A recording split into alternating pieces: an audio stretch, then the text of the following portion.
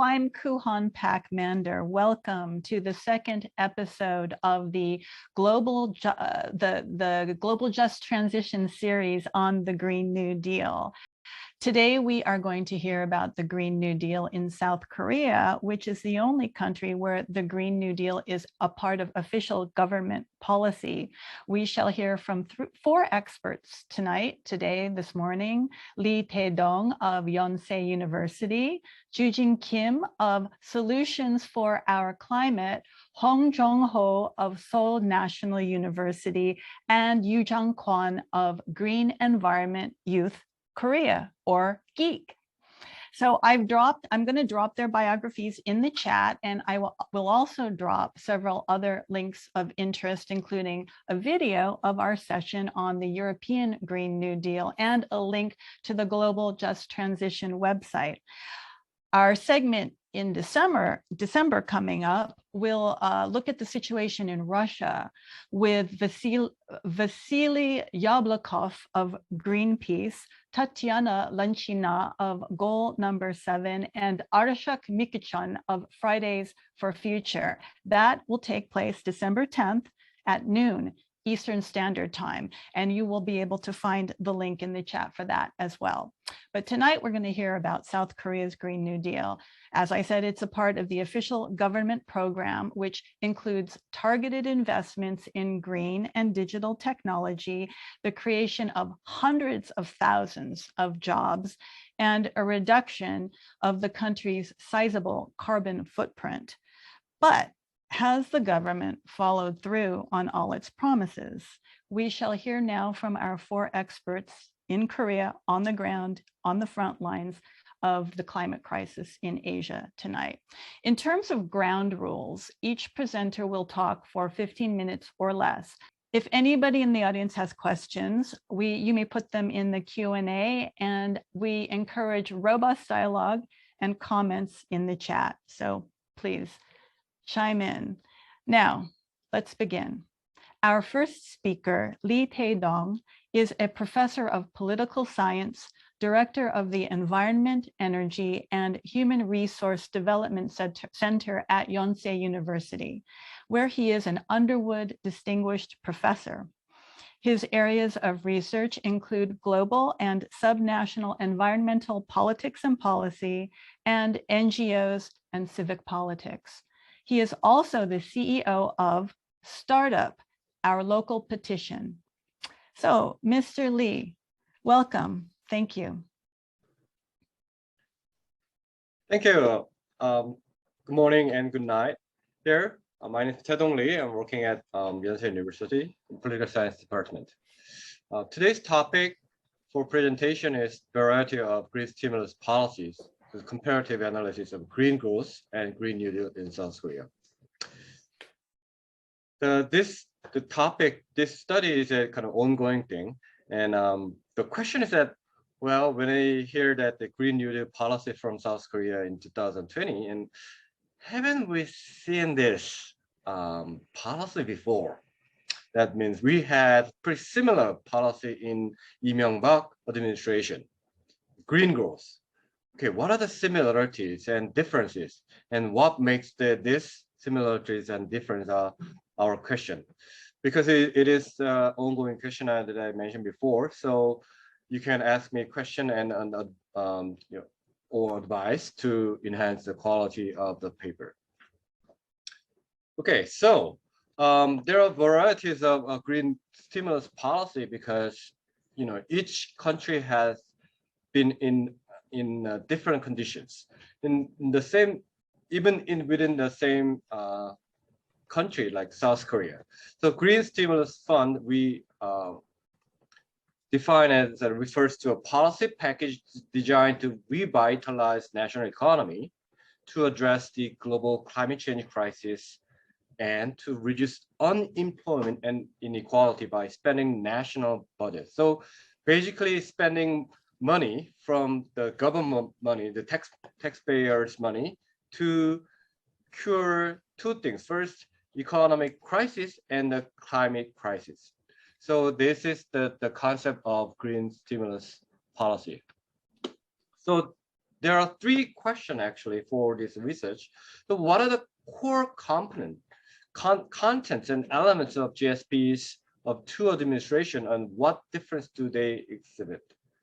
The second question is a kind of more causal question. What factors are associated with such variation? We are interviewing people to explain answer this question. The third question is that we should learn lessons from our experience. What lesson can we draw from the analysis so that they help the successful implementation of GSP in Korea, and probably it can be applied to another places in the world. Because I already had a comparative study between the EU Green Deal and US Green New Deal in the document or plan level. So I think that I tried to extend my research to compare the Korean case. So the green stimulus policy is a bit of the theoretical background. There's the argument we can have whether economic development and environmental purpose can be reconciled or not. So one of my current research tried to look at the decoupling in EU. Some EU country achieve decoupling that between the economic growth and greenhouse gas emission. That means many assume that if a country achieve the economic growth, that means we may have more greenhouse gas emission. That's the coupling. However, we found that some of European countries can achieve decoupling between economic growth and greenhouse gas emission, which means even though the country achieved the economic growth but reduce greenhouse gas emission, those countries implement and actively engage in the emission trading systems are more likely to achieve decoupling. That's one of my research. So how we look at the interactions or dynamics between the economic development and environmental force is one of the key idea for the green stimulus policy. And also there's many similar terms such as green economy, green growth, green new deals, and ecological modernization theory, how we look at the relations between the economic development and environmental force. However, when you look at the literature, I found that some gaps. First gap, we found that what are the components of green stimulus policies, and then empirically, it's hard to find the comparison within a state because there's not that many cases, as Guhan mentioned, that officially adopt GSP as their national policy. Then we try to develop the analytic framework to compare the GSP. First, we try to understand the visions. So the categories and question is the framework to analyze the policies. First one is the vision. So which kind of policy goal does GSP seek to achieve?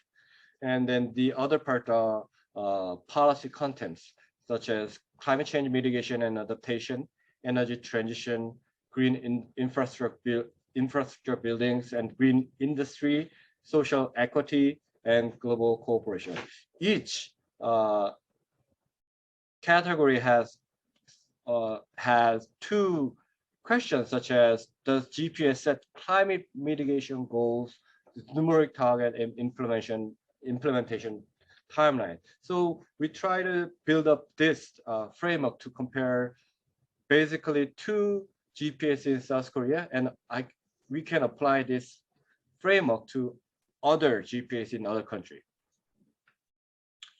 So the green growth policy in 2008 and 2009, the vision of green growth policy in Lee Myung-bak administration is a green competitiveness. So they wanted to make the South Korea the 7th or 5th, that's the ranking in the world by 2002 and 2050 each. So it's the environmental state.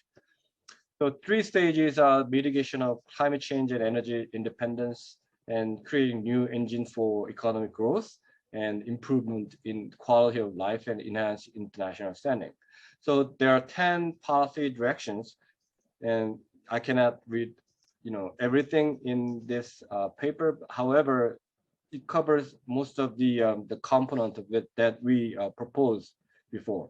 So, and also we see that there's a huge amount of expenditure for each categories. Compared to this, Green New Deal policy, this is the current one from 2020. The vision is a transition to a low carbon economy. It doesn't have a specific, numeric target, but it's more broad, the visions. So transition to the low carbon economy. And there are 3 focus area and projects. That's the green transition of infrastructure, low carbon and decentralization, decentralized energy, innovation in green industry. So this Green New Deal in South Korea proposed a 42.7 trillion from the Treasury and job creation of 659,000 by green job by 2025.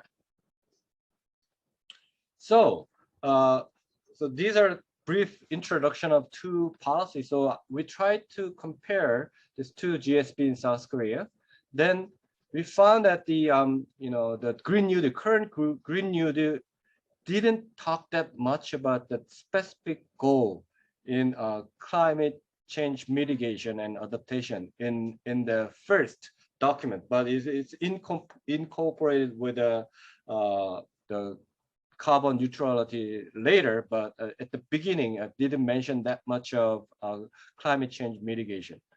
The second, one of the most visible difference between the 2 GSP, so how we make the energy transition. In green growth in Lee Myung-bak administration emphasized on the nuclear energy as a kind of measure to achieve the energy transition. However, in this current Green New Deal, it didn't mention about the nuclear energy for energy transition. And another interesting thing that I found is that, GSP in green growth emphasize on global cooperation. However, we do not see that much about the global cooperation in Green New Deal. Rather, Green New Deal current Green New Deal policy focus more on having more domestic job creation and domestic investment. So feel free to ask questions and then provide the comments about my framework and any missing components. And then I'm asking questions as to why they do not have that much of the global component in Green New Deal compared to the green growth. And another study of mine tried to look at the why the current government pursued the post-nuclear energy. So that explained a lot for that difference per se. But one of my questions is that why there's a difference between the global cooperation for Green New Deal, the green stimulus policy. So what explained this differences? So the implication here is that for the GSP, it's not just about the job creation or economic growth. It should be connected to climate change policy and carbon neutrality. However, the first version of GSP in Green New Deal didn't mention that much of carbon neutrality, but I think that it is kind of integrating now. But in order to be successful GSP, it should have a clear connection to the carbon neutrality. And we tried to compare the document rather than the policy outcome, because the green growth has been done and Green New Deal is ongoing policy. So it's kind of unfair or is it hard to compare the two different things? So that's the reason why we try to look at the content of the plan. But one of the big issue about the green growth was they mentioned that they aim to create the jobs. However, there's no such a trace and measure and report how many jobs they actually create from that policy. But we see that pretty similar. We do not want to see the pretty similar outcome from the Green New Deal.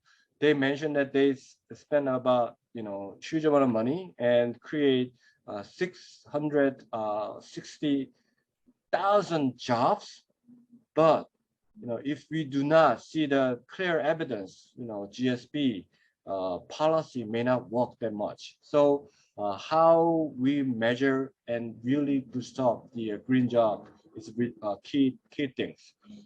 And another thing that I would like to say is that how we boosting the global cooperation green ODA, because one of the important way to achieve two goals, economic growth and the environmental conservation and climate change response, is to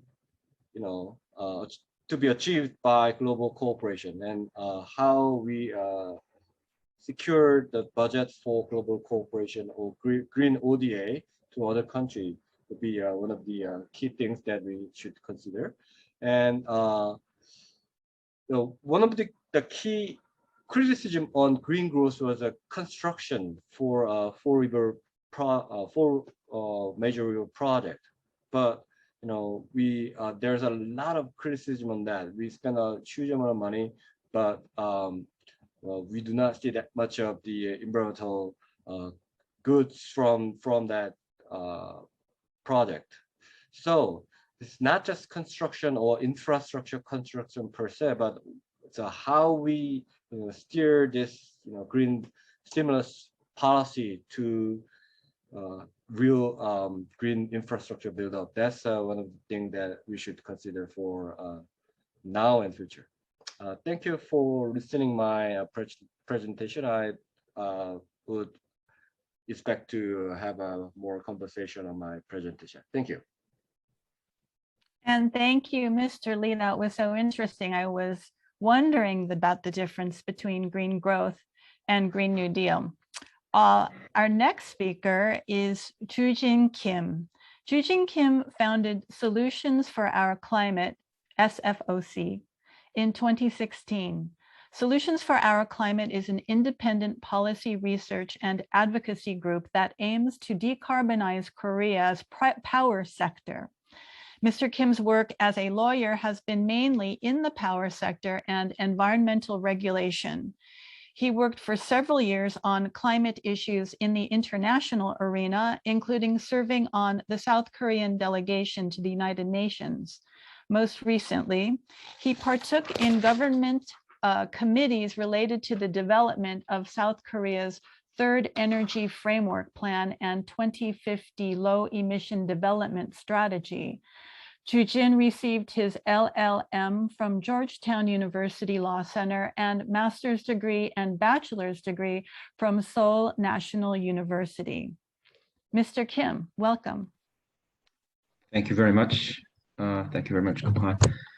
It's a great pleasure to speak here today, this morning, this evening for those in the US. As introduced, my name is Joojin, and I represent an organization named SFOC.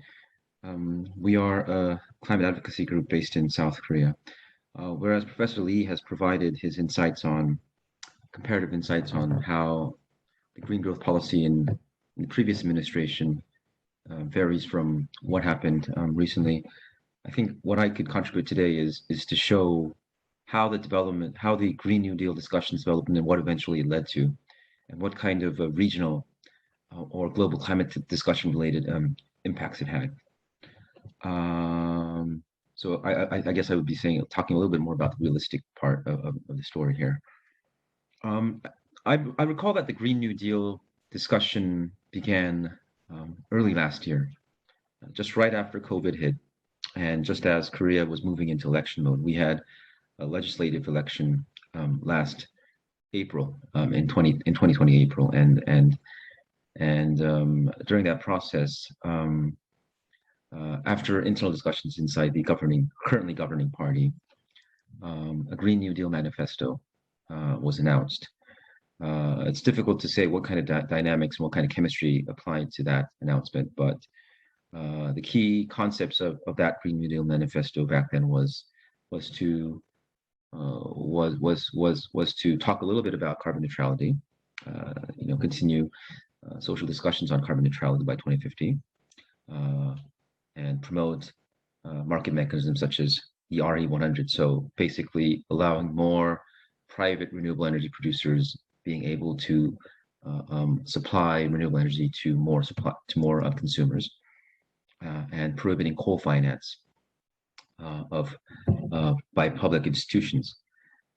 These still, the first and third point eventually were achieved during the Green New Deal process. And the second point here, which is mainly about reforming our power sector and the way it has not been helpful in renewable energy deployment, hasn't yet progressed that much, and it's still an ongoing problem. So what happened after this?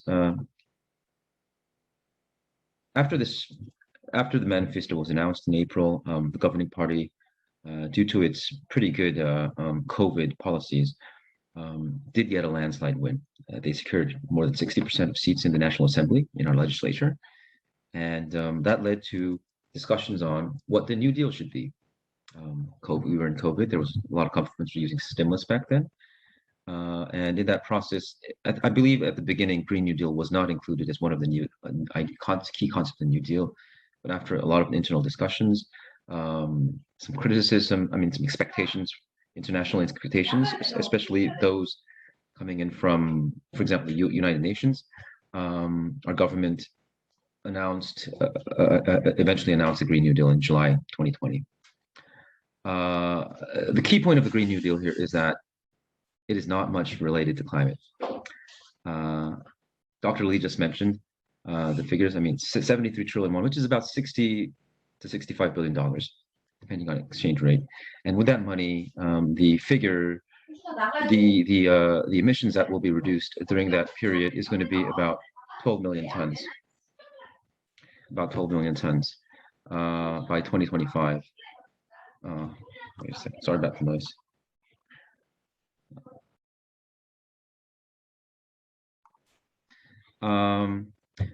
12 million tons with $60 billion equates to about $5,000 per ton.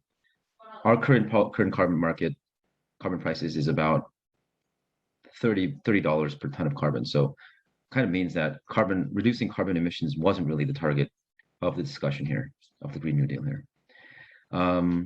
Nominally, the targets of the Green New Deal was green transition of infrastructure, low carbon and decentralized energy, innovation, green industry. But my intuitive sense is that it's more of a repackaging of the already existing policies that already existed in the shelves of our public officials. So with that, a lot of criticism came in from the public. Is it a Green New Deal or a Green New Deal? This was one of the stints done by the youth back then. But the discussion with the Green New Deal and a lot of public relation efforts relate to that. The focus kind of shifted. Back then, there was a lot of discussions about whether it's right or not for Korea to do overseas coal power project financing. Korea was one of the lead nations, along with Japan and China, providing finance to overseas coal power projects, mainly in Southeast Asia. These are the list of a lot of the projects that happened back then during the past 10 years. And because of abundant financing by Korea, Japan, and China, countries like Indonesia, Vietnam, Philippines had a lot of new coal power plant projects in their future power projects, future power plants, which was really restraining the global carbon budget. So this was a problem. Eventually, the happy story is that coal financing became history. This is a summary of how that became history, a little bit longer summary, but as I mentioned, in 2020, there was a national debate over coal projects in Korea, financed coal projects in Indonesia and Vietnam. Eventually, both projects were financed, but after a lot of discussions publicly made, the government eventually decided no longer to finance coal projects. And I'll go into these points later on. So this was kind of like what happened back then. I mean, there were ads like run in global circulation saying that is President Moon, are you really doing a Green New Deal with the financing overseas coal projects? A lot of protests in front of our public institutions.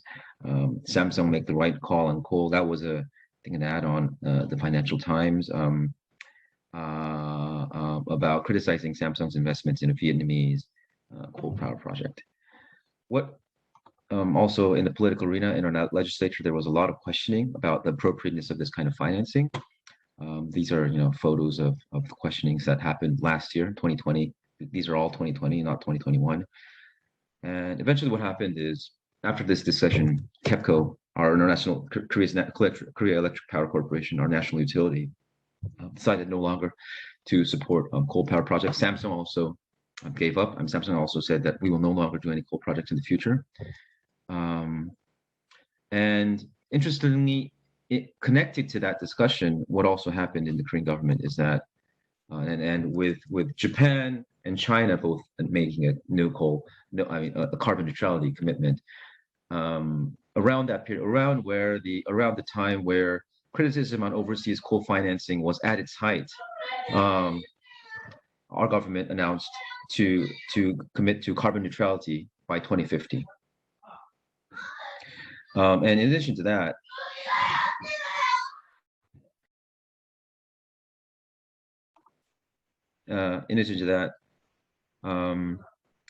there was also a very, with clear signals coming, kind of coming from the government that coal is kind of, and from the public that coal is kind of dying. There was a very strong trend in the private financial sector to no longer finance coal projects. So as of now, I think 86, this is a quite outdated figure, close to 100 private financial institutions, including insurance companies, banks, asset management companies have committed to no longer finance new coal projects. So coal in our private finance sector has clearly become a no-go zone. And that has all culminated in 2021 April with our government's announcement, with the president's announcement to no longer finance coal power projects at the Leaders Summit on Climate, summoned by President Joe Biden of the US. The global implication of this announcement was that our government, Japan also made a similar announcement in July at the G20 summit in the UK, and then China, the Chinese president Xi Jinping also made a similar announcement in September at the UN General Assembly to no longer finance coal projects. There is a level of discussion on how specific these commitments are and what kind of projects this will cover, but eventually these were announcements that no more coal. Coal is a negative thing by the heads of states of these big economies. And with this, what happens is that countries like Indonesia and Vietnam had to dramatically drop their coal power portfolios, and especially their new coal project pipelines have dramatically dropped. So that was a global kind of effect of what's happened very domestically in Korea, leading to abroad. So although the Green New Deal itself, the fiscal policy itself, didn't have a lot of may not have had a lot of greenhouse gas implications, there have been a lot of greenhouse gas implications from the subsequent discussions on coal finance taking place afterwards. And then the discussion that took place after that was about how we're going to reach carbon neutrality. Sorry about the noise.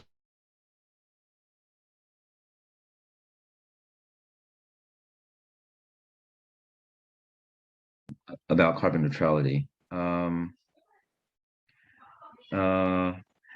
We are and with that comes in the COP26 Glasgow process, where countries were required to submit more ambitious NDCs. It was easy for the government to say, we're going to be at zero by 2050, but where we're going to be in the near term in 2030 was a problem. this has brought in a lot of discussions.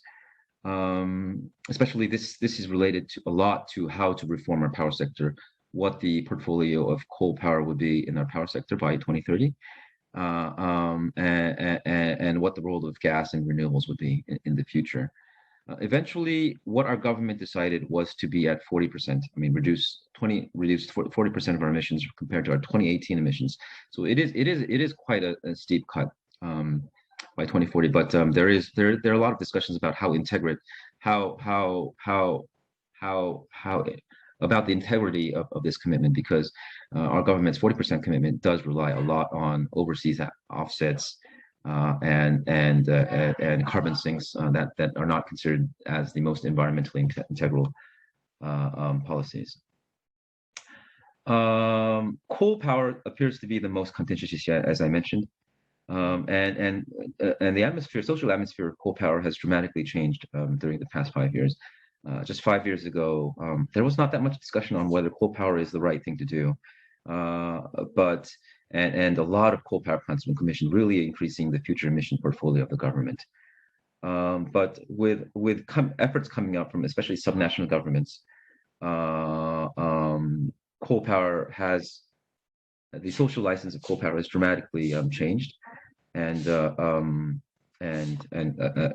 discussions on coal phase has taken place.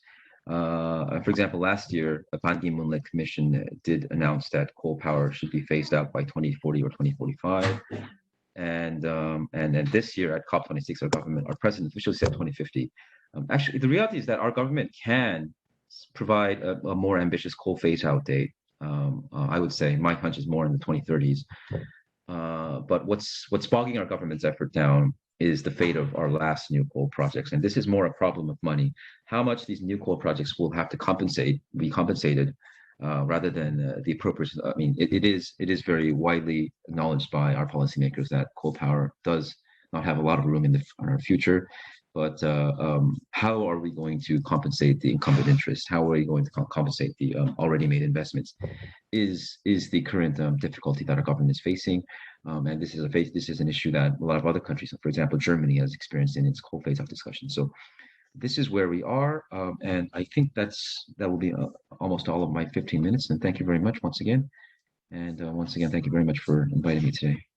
Great. Thank you, Mr. Kim. That sounds like Korea's 2 steps forward, 3 steps backwards, or is it 3 steps forwards, 2 steps backwards? Well, we'll see what happens. Thank you. Our next speaker is Hong Jong-ho. He is a professor of economics and former dean of the Graduate School of Environmental Studies at Seoul National University. His teaching and research are focused on environmental and energy economics and sustainable economy and policy. His involvement within the school extends to serving as the former director of the Environmental Planning Institute and the Institute for Sustainable Development. Before his career at SNU, he held academic positions at Korea Development Institute and Hanyang University after receiving his PhD at Cornell University. He also has broad experience working as a consultant for international organizations such as the World Bank and the Asian Development Bank, and has previously served as the president of the Korea Environmental Economics Association and Korean Association of Public Finance. Currently, he serves as the president of the Asian Association of Environmental and Resource Economics, chairman of the Energy Transition Forum of Korea, co-chairman of the Korean Federation for Environmental Movement, and policy advisor to the Korea Chamber of Commerce and Industry. So, great. Thank you, Mr. Hong, for joining us. Welcome. I'll concentrate on energy transition, following what Mr. Kim Joojin already talked about. Okay, here, let me show you a little nice picture. This is a group of mayors and provincial governors of Korea. 226 local governments in Korea have joined together to declare a climate emergency and call for a transition to a sustainable society. We have 229 local autonomies. So virtually all the heads of these local governments joined together, irrespective of political party and whether they are conservatives or moderates, liberals, progressives. They all gathered together and said, well, climate emergency is a critical issue in Korea. Well, but is this enough? That's the question I'm trying to raise. They declared climate emergency, but whether they have strategies, policy measures to actually tackle climate emergency is another matter. Okay, here's a little flyer I want to share with you. Well, this is done by the Energy Transition Forum of Korea, which I'm representing. What we did was, it's in Korean, but it says wind, and you can see that there's wind turbine there. What we tried to do was we recruited college students all over Korea and have a 3-month in-depth study to work on their own, have group discussions. What are the problems associated with expanding onshore wind power in Korea? Because our local residents their acceptance to onshore wind power is very low. So what they did after their study, they went to these local residents, the countryside. They stayed there for a week, talked to the local residents, farmers, how they feel about onshore wind,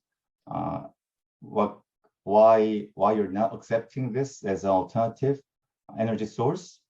And they wrote a report, and we had a conference sharing their thoughts, their findings, and some policy measures. So these are some of the things that are going on in Korea.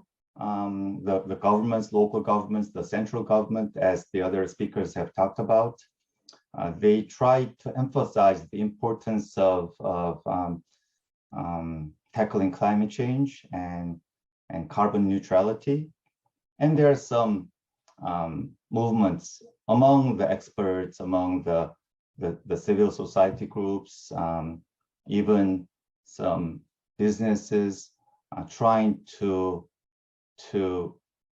cooperate and coordinate with the governments and local residents to enhance, to expand energy transition and expanding the renewable energy sources. But the problem is, it has not been easy. It has not been easy. It's a struggle all along. So here, this is part of the bylaw of Energy Transition Forum of Korea. And what is the key components of energy transition is understanding the importance of future generation and global environmental risk, enhancing energy efficiency and reducing energy consumption. Thirdly, developing and diffusing renewable energy sources through technological and policy innovation. I would like to share the current status of energy market, energy supply and demand of Korea, for you to better understand the current status of Korea in terms of where we are at in energy transition.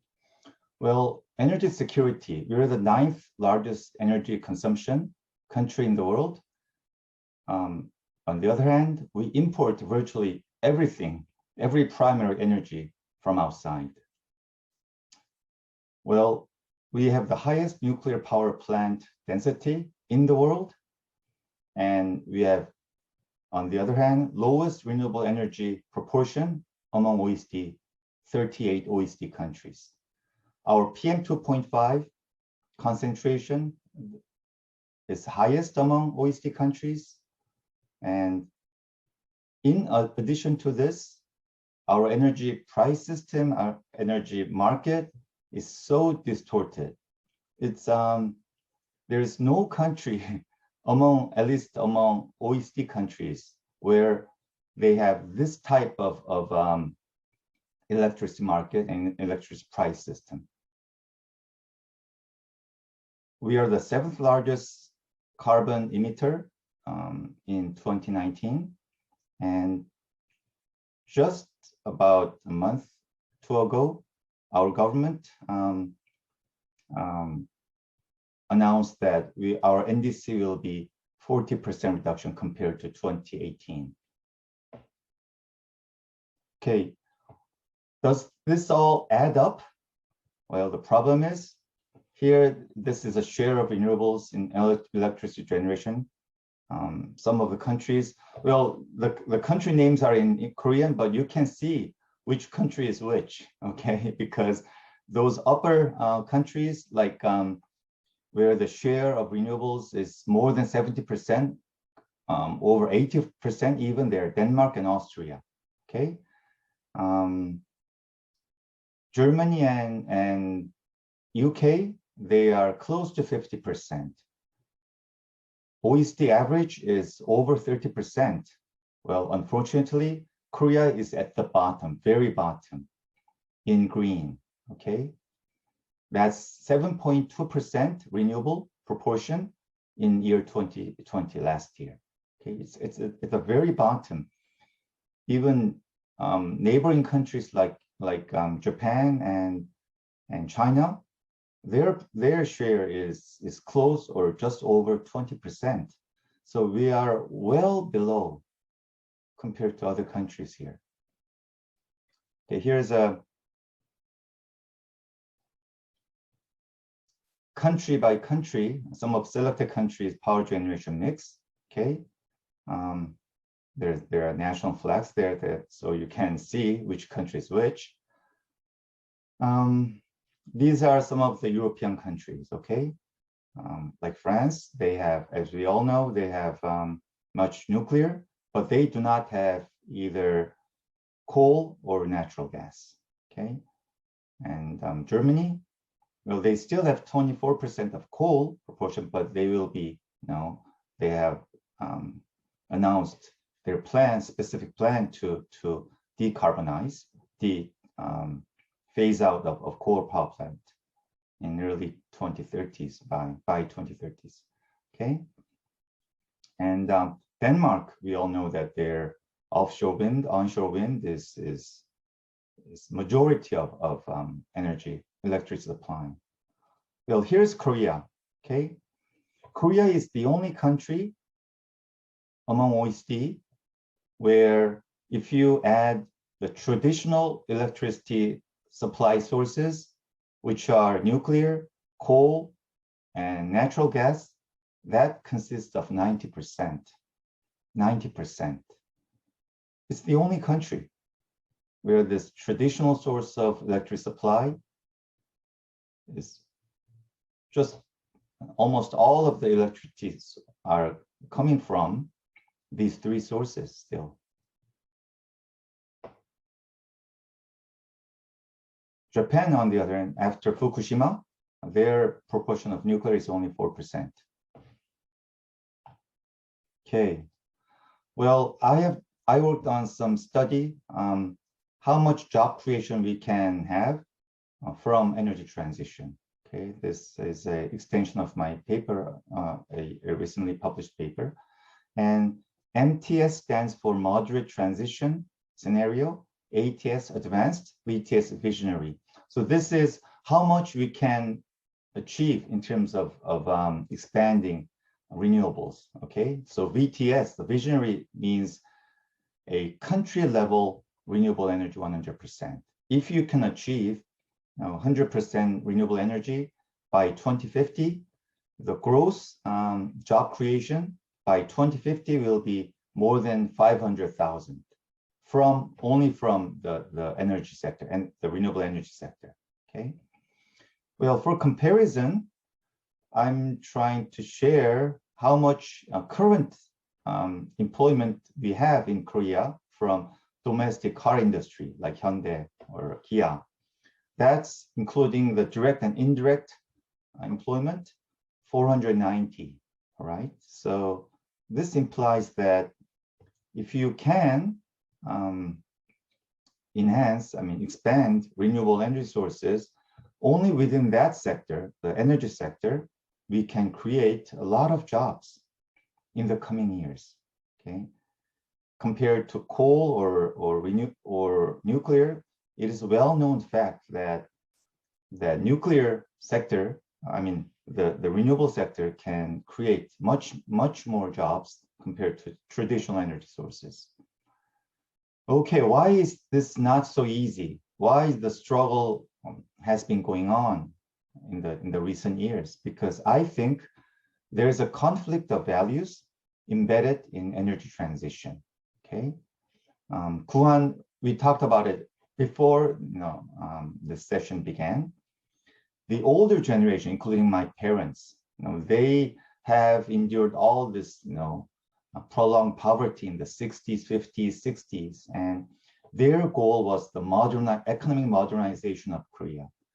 And they all know that fossil fuel and nuclear have been the driving source of energy to have a rapid economic growth in the 60s, 70s, and 80s. So they are so much well accustomed to this idea. And it's supply-oriented with a centralized generation, such as coal and nuclear. On the other hand, the renewable sources, including wind and solar, they are very much different. They are basically distributed generation. And we also emphasize in energy transition the demand management, energy efficiency, reducing energy consumption. This is an idea which is very different from what our older generation have been accustomed to have experienced. So whenever I talk to my parents, my father even scolded me. Your idea is wrong. How can solar, how can wind, that type of sources can generate enough electricity to power to continue our economic growth of Korea? That's absurd. That's a response from my father. Okay, this is my final slide. Well, there are challenges and opportunities in terms of success toward energy transition. I believe as an economist, now Korean people are slowly understanding the circular relationship among climate, economy, and employment. Even though it's slow, I think Korean people in general are trying to understand and getting familiarized with, well, there can be some virtuous cycle among climate policy and better economy and more employment. Okay, and as I showed you the picture in my first slide, there are rapid policy changes in central and local governments. I'm not saying it has been successful. They were strategic enough, but they are moving toward that direction. Okay, and there are some companies in Korea where there's innovation occurring in renewable energy technology. On the other hand, there are lots of challenges. Okay, for instance, nuclear and coal. It has been 40 to 50 years where these have been the main sources of energy supply. So there are industry-related stakeholders, including academics in the government, and they are very strong. Their lobbying power is very strong as well. So this has not been easy. And as I said, there is huge distortion in energy market and energy price. Our electricity price is totally controlled by the government, which cannot be sustainable in this world anymore.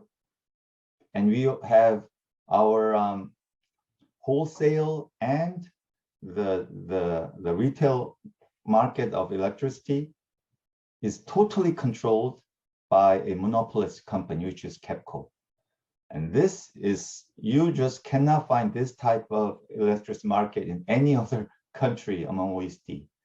So I think this is the utmost policy priority for Korea in the coming years. You have to have a total reform on energy market and energy price. Well, as I said, people in Korea, their social discount rate is rather high because throughout the years, the history in the last 6 years of Korea has been struggle all along. So I'm overcoming poverty and lots of, social disruptions, political issues. So Korean people in general, they only concentrate on the present. Future is not there. Is something they do not have enough presence of mind to consider. But the problem is climate change, climate emergency, climate crisis. All these are long-term goals with a consistent policy needed to be successful. So this has not been easy in Korea because of historical and cultural reasons. Okay, I'll stop there. Sorry for the interruption, but I hope I gave you some insights on what's happening in Korea in terms of energy transition, struggle, and some success. Thank you. Thank you so much, Mr. Hong. It's a lot of similarities to other countries in the world and a lot of unique characteristics in Korea. It's very interesting. Our next speaker I'd like to welcome is Jong Kwon. She is a youth climate activist for Green Environment Youth Korea, also known as GEEK. Jong is currently a program assistant for the East Asian Australasian Flyway Partnership Secretariat. There, she advocates for climate justice and a just transition on the basis of intergenerational equity. So welcome, Jong. Right, so I first want to thank the previous speakers. Actually, it's an honor to be a part of this webinar as well. And as a youth climate activist, I kind of really want to share my perspective on how youth can really be a part of this transition, this energy transition, and how we're advocating for more clean energy, to expand the clean energy in South Korea and outside as well. So let me begin.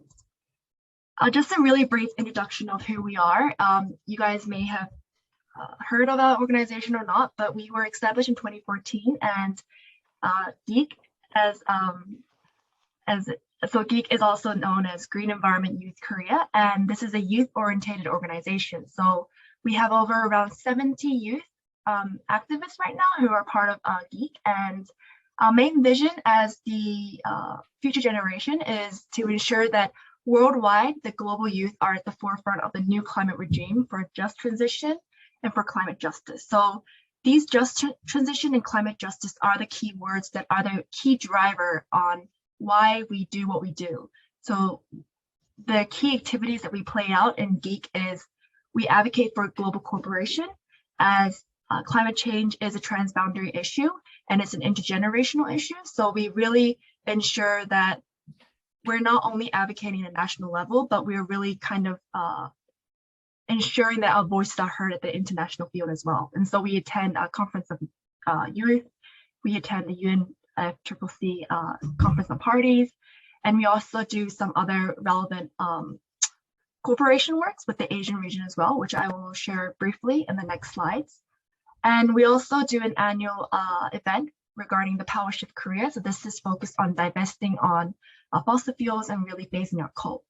And we also ensure that our demands are supported by policy. So we are part of the Seoul Policy Network, and we advocate under the Climate Environment Division on some relevant policies that will really help ensure that our youth are also considered when we talk about these energy transition. Yeah, okay, moving on. So as I mentioned, the Power Shift Korea is actually, this started in the United States from the 350 organization, and they made the Global Power Shift movement, which is a worldwide movement focusing to really shift the power axis from ensuring that the youth and future generation have a voice in the decision-making process, and also to really ensure that the renewable energy is expanding at a level where we can reach carbon neutrality by 2050. And so in the Asia region as well, this is quite active. And the event itself is really hosted and sponsored by the 350 East Asia. So we, under 350 East Asia, we ensure that annually we really kind of drive this Power Shift Korea event to our local community as well. Because even in the local community, there is not a really shared understanding on the importance of why we have to drive away from fossil fuels and dirty energy, and more focused on expanding our renewable energy. So we try to really kind of narrow that gap of understanding. And so this is another kind of activity, how relevant to the Power Shift Korea, and how we kind of drive the divestment movement. On the left side, so this is the street painting that we did in Sinchon, which is a very highly populated street in South Korea. And we focus on artivism. So we focus to really kind of draw art and make the idea of phasing out coal more simple and more fresh and more lightning to the general public. So they wouldn't be kind of frightened about how heavy the topic really is. When we talk about energy, it's a very complicated topic, but we really try to level that kind of barrier, but make it more fun and more flexible to the general public. And also on the right, this was held in 2017, which was a coal ending bicycle march. And so what the people did here was they rode their bicycle from Cheonan to Dangjin. So that's around 50 kilometers. And Dangjin is a city in South Korea. And at that time, they were accountable of having the biggest coal power plant in the world. And this was something that we really wanted to shed light on to ensure that this was not something to be proud of, but this was something to be ashamed of, because regarding the impact of what coal-fired power plants have to the community, to the environment, to our health, we really tried to advocate for this to the public as well. And so you can see our banner at the end, on the right side, but yeah. And the Asia Climate Leadership Camp is also an event that we hold annually with the other Asia youth organizations. And so we really focus to kind of synergize our momentum in the Asia region, because even if you go out into the international community, you don't really see a good exposure of the Asian people. And even going to the UNFCCC, COP26, I really didn't get to hear much of the Asian voices. And I think that it's really, really important that we ensure that we have this kind of momentum of cooperating with each other to ensure that our voices are heard.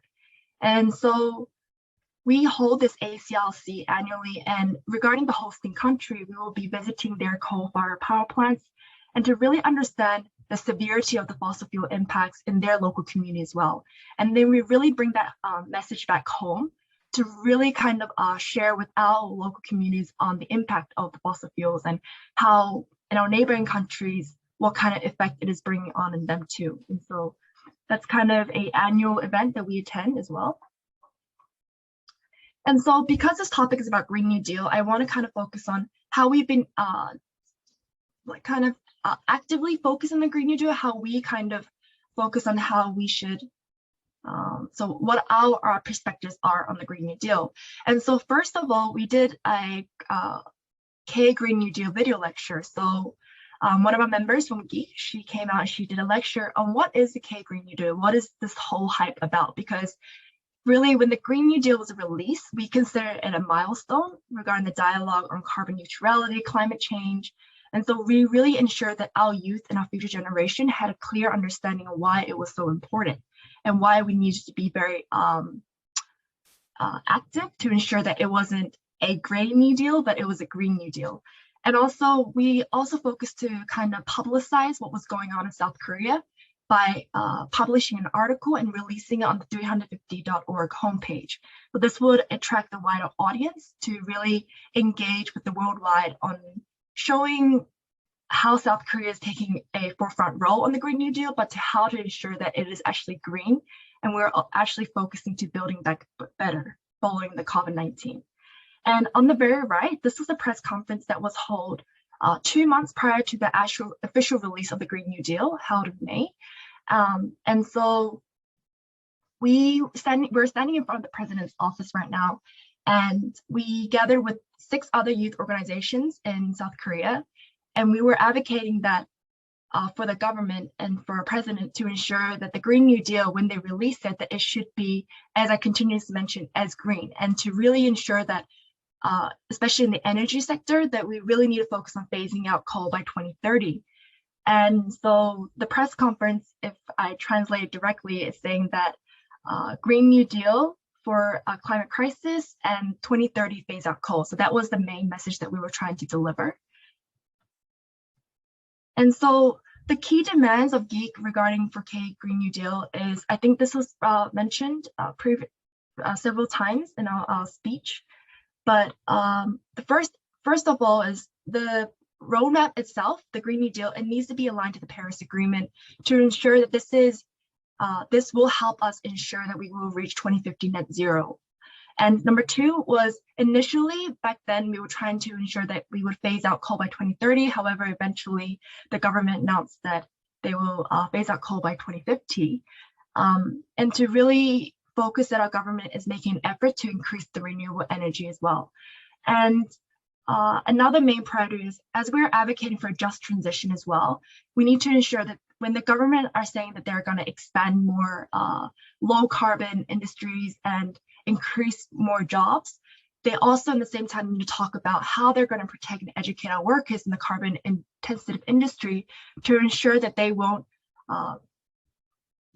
be fully, so they will be well transitioned into that less carbon industry as well, because all these years these workers have been focusing on the carbon intensive industry. So it's really, really important to ensure that the workers are given full support and professional support to really educate on how they can do a just transition from high carbon to low carbon. And the last demand that we were advocating was to establish climate change environmental mandatory education curriculum, because despite the urgency of this matter, not a lot of students are aware of why climate change is a crisis, why we should be really involved in this issue. So really prioritizing this into our education curriculum was another demand that we were trying to share. And so this is some work that was really relevant to, I think you can say that's Green New Deal, but also really advocating for more clean energy. And this is one of our key activities that we held out since 2020. And the project itself was called People Live Here. So this was a coal power plant that is currently under construction in Indonesia, and they are constructing Chawa 9 and 10. And this is a government-led project. And also, so KEPCO, which is a South Korean energy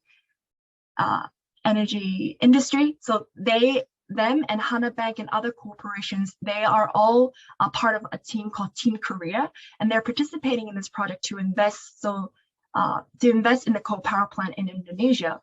And so what we were trying to really advocate was saying that this is really going against what the government is trying to advocate for when they're talking about Green New Deal, or when they're talking about clean energy or carbon neutrality. And so we got in contact with the organization in Indonesia as well, and we really kind of communicated with the local residents there, and we kind of provide like some kind of synergy to really ensure that we were proud of what our government was doing, and we wanted our leaders to take accountability of the actions. And so so the photos you see here, they're holding a banner saying that people live here and they're not happy with what is happening right in front of their village. And so this was kind of a project that we advocated as well. And so this is just other photos that really can catch like the visual appearance on what is like what is really happening behind the shadows. And the residents there, they've been really protesting on this as well, saying to quit coal because their village is a village where it really provides good natural resources. And so they will be harvesting coconut and fish. They would go fishing out, and then also they would be harvesting pepper as well.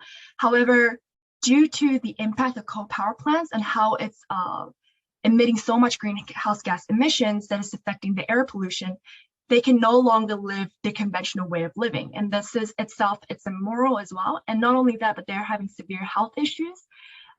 And one of the interviewees, she came out saying that her 4-month-old baby was suffering from pneumonia. And ever since then, the citizens in this city, in this village, have been moving out because it's a place where they can no longer live as they would usually have.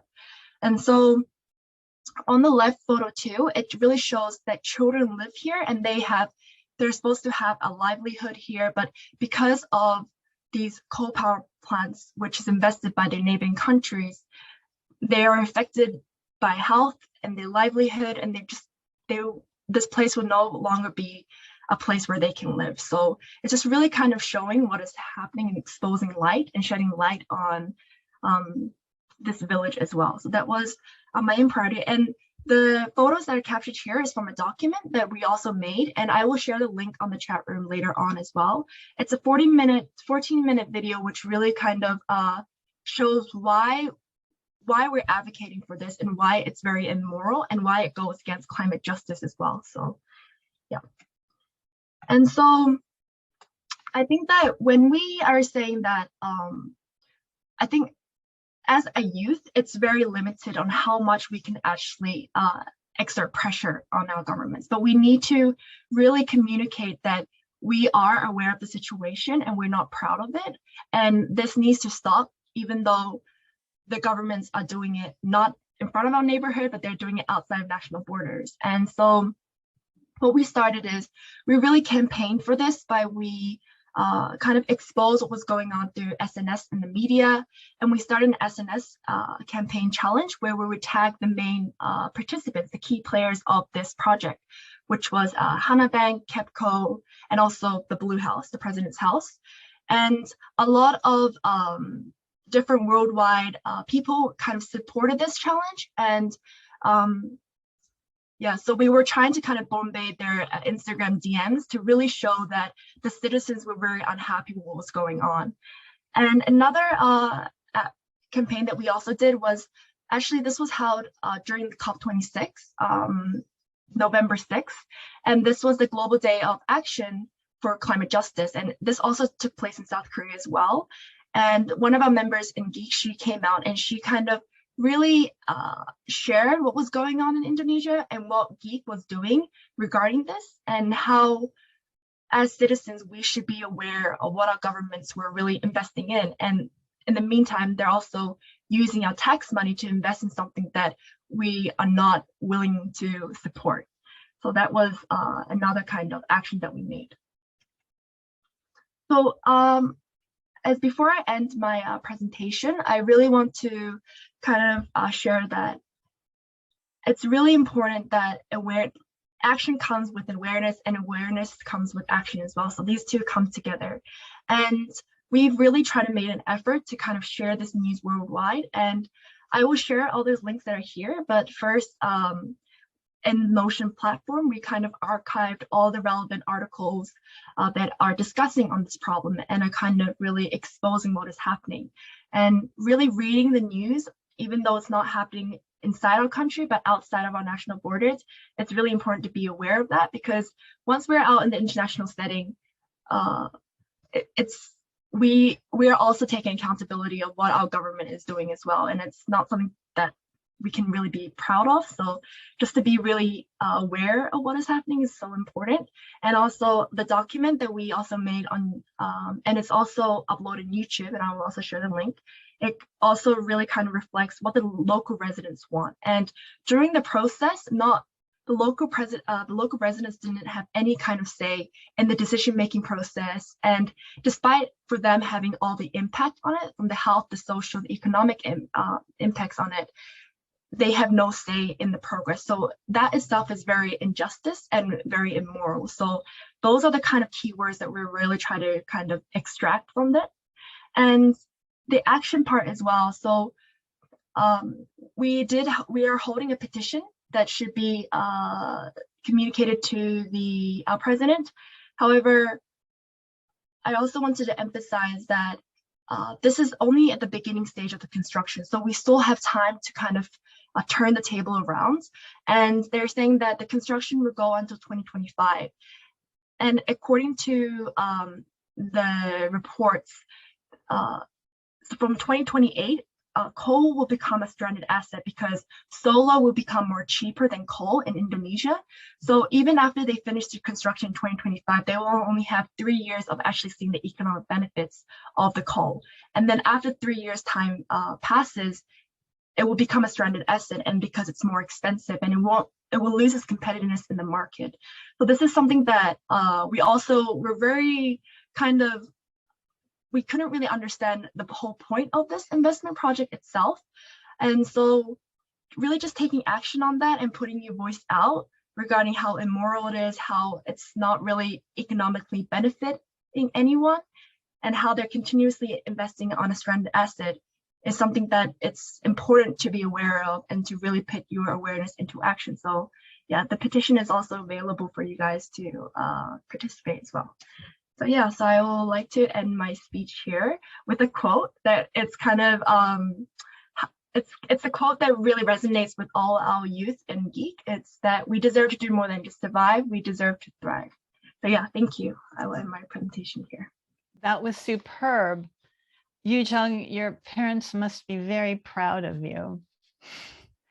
Anyway, we've got some time for questions, about 10 or 15 minutes. I don't see any questions in the Q&A. I do see a question. I did see a question in the chat. And I believe it was asking about local input on the offshore winds. Does anybody have, let's see. Yes, were the proposals for wind power in Korea along the coast for power generation that was to be run by the citizens themselves? Who will take that? I believe that was that. Mr. Kim Joojin, was that? Somebody mentioned. No, I think that came from Professor Hong's Professor Hong? Well, I can give my own opinion on that. Well, usually how it develops is onshore wind project first and then offshore, because offshore it's more expensive, it's more large scale.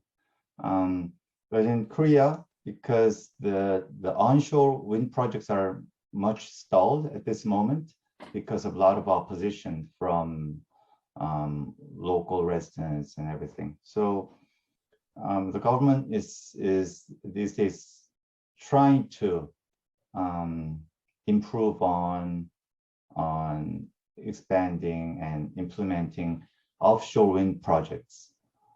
The problem here is just like onshore, the local residents, the fisher industry, the fishermen, they're against this idea because they believe that their fishing productivity will go down because of these projects. So it has been slow, and the problem is once a developer or a company tries to have invest in an offshore wind project, it takes so much time to actually start constructing the project because of so many regulations, and the government, all they do is ask these project developers and the private companies to negotiate with local residents. You come up with this document showing that all the local residents agree with this idea. Okay, and it takes many hours. It takes a lot of money. I mean, this is just struggle itself. So the project at this moment is going slow, but it is true still that the government is trying to focus on expanding offshore wind projects because we are a peninsula. There are much resources in that area. So I hope this project can catch some momentum and be on time for our climate policies and carbon neutrality goal. Great, thank you, Professor Hong. We have another question here that is questioning a recent article where President Moon calls the floating liquid natural gas facility a, quote, big help to carbon neutrality. And it's an article in Korea Net. And there's a picture of President Moon on November 15th giving a congratulatory speech at the naming and maiden voyage ceremony for the Seoul floating liquefied natural gas plant, which is headed for Mozambique at Samsung Heavy Industries shipyard. Now, is this, what's going on here? That was a $2.5 billion ship. The Coral Sur was basically a floating liquefaction terminal, which you just liquefy just above the well and then put the liquefied gas on the LNG carrier. And that's all possible because there's a lot of public financing going into that. Our banks, just like the coal financing fund, our banks such as Korea Exim Bank or Korea Trade Insurance Corporation provide a lot of money there. Our oil and gas financing is about 13 times larger than our coal power financing. So it's a very steep. There's going to be a very steep issue. But the article cites the president as calling this facility a big help to carbon neutrality. How does he square that? Well, that's a very important discussion. There's an important discussion taking place right now in Korea about whether not just in Korea but also in Europe as well, about whether gas can be part of the taxonomy, green taxonomy. Gas can be considered as a green thing. And of course, behind there is a strong gas lobby. So that's, I mean, this COP26 did a really critical blow to coal, but the climate discussions ahead will be about gas, I believe a lot, and we're still at the initial stage. But the role Korea plays in the global oil and gas industry is that we're like the global pipeline.